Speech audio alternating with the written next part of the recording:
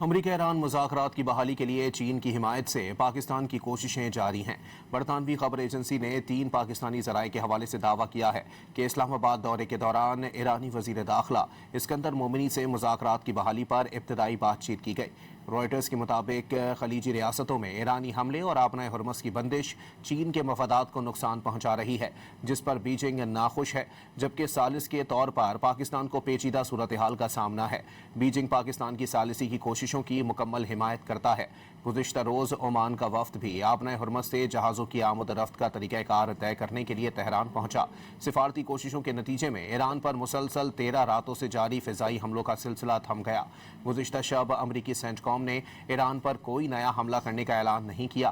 ایرانی میڈیا نے بھی کسی شہر میں دھماکوں کی اطلاع نہیں دی۔ ایران کی وزارت صحت کے مطابق حالیہ امریکی فوجی حملوں میں ملک بھر میں کم از کم 55 افراد شہید اور 645 زخمی ہوئے۔